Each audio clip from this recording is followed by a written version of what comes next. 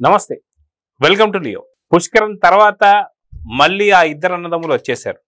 మొత్తానికి పూలకొండ ఎందుకు తన్నాడని మొత్తం ఇప్పటిదాకా చెప్పలా.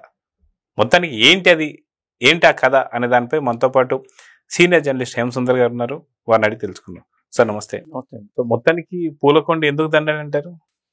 అంటే పగిలిపోయింది కదా, ఇంకెవరు తింటే ఏముంది, ఎలా తింటే ఏముంది, ఎందుకు తిన్నాడో ఎవరు తెలియదు. కానీ డైలాగ్ మాత్రం బాగా పేలింది. సీతమ్మ వాకిట్లో చిరుమల్లె చెట్టు టైటిల్ చాలా అందంగా ఉంటుంది.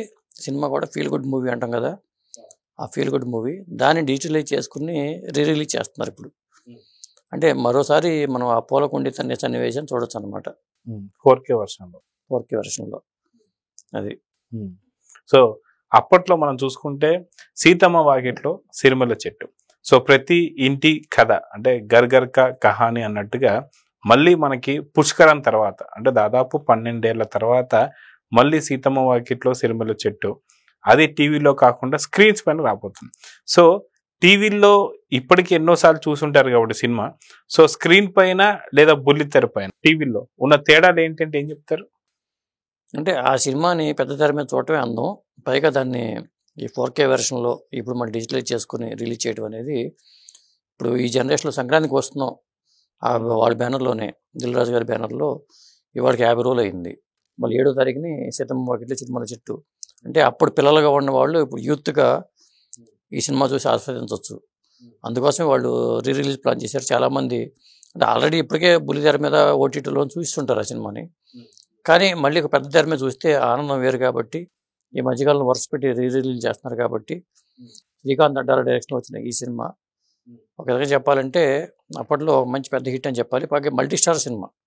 అంటే మహేష్ బాబును వెంకటేష్ పెద్దోడుగా, చిన్నోడుగా మహేష్ బాబు మరి కోపతాపాలు ఏం చేస్తున్నావు అని, ఎక్కడైనా ఫంక్షన్కి వెళ్తే నువ్వు ఏం చేస్తున్నావు అని అడగటం, దానికి మనకి ప్రతి ఇంట్లోనూ ఎదురయ్యే సన్నివేశాలు, ప్రతి సమాజంలో ప్రతి ఊళ్ళో ఎదురయ్యే పాత్రలో మనకి సినిమాలు కనిపిస్తూ ఉంటాయి.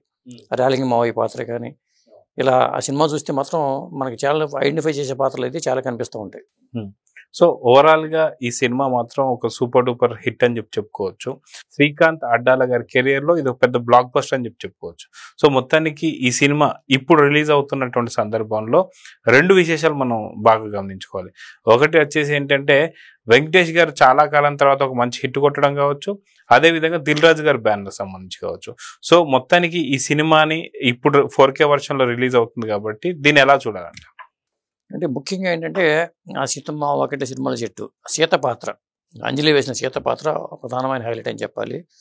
ఎందుకంటే వెంకటేష్కి పేరుగా చేసిన ఆ పాత్ర అనేది గుర్తుండిపోయే పాత్ర, అంజలికి కూడా గుర్తుండిపోయే పాత్ర.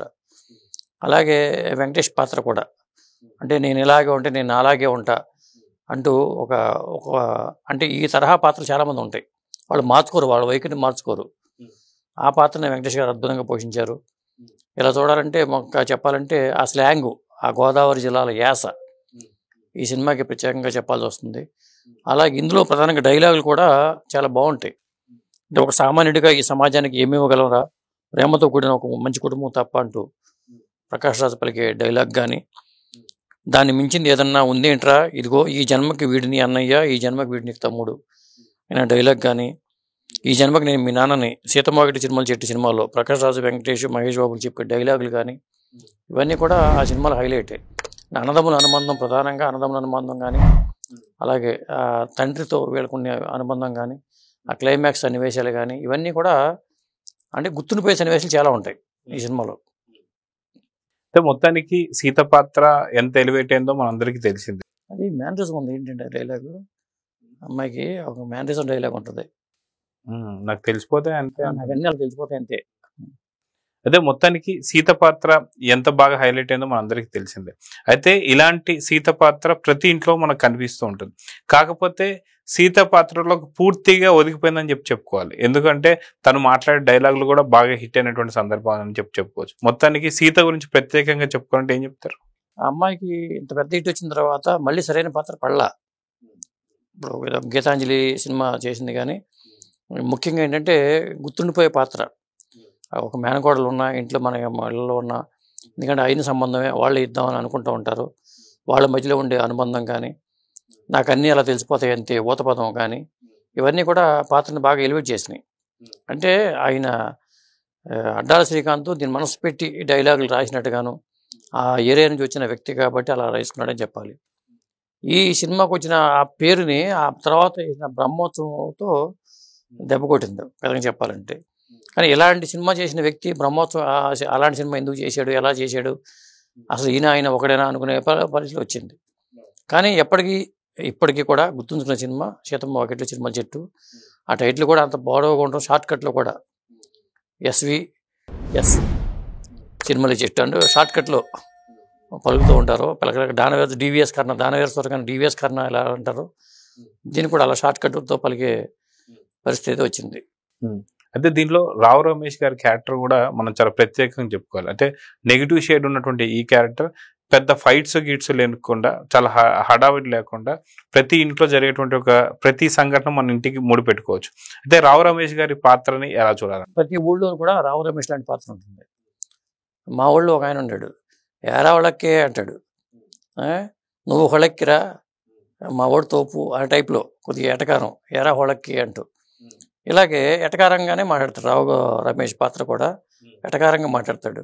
మహేష్ బాబుని అవమానించే సన్నివేశాల్లో కానీ, అతను కోపంతో బయటికి వెళ్ళిపోయే సన్నివేశాల్లో కానీ, తన కూతుర్ని ఇవ్వాల్సిన వచ్చే పరిస్థితుల్లో కానీ, ఈ పాత్రలో ప్రతి ఊళ్ళో కూడా ఊరికి ఒకడు ఉంటాడు.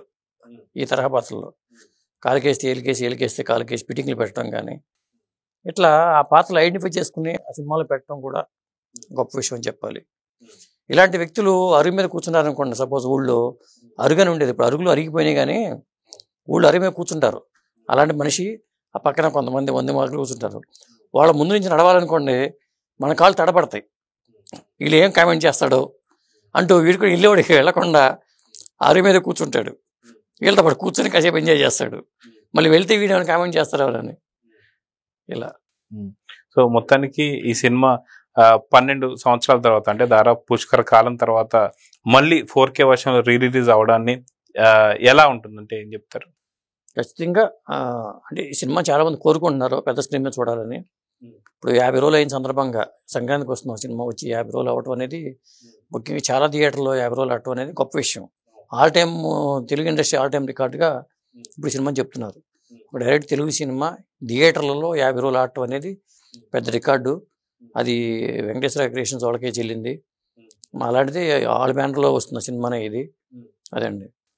సో చూద్దాం సార్, మొత్తానికి 4K వర్షన్లో రాబోతున్న సీతమ్మ వాకిట్లో సిరిమల్ల చెట్టు మొత్తానికి ఎలా ఆదరిస్తారో చూద్దాం మరి. నమస్తే.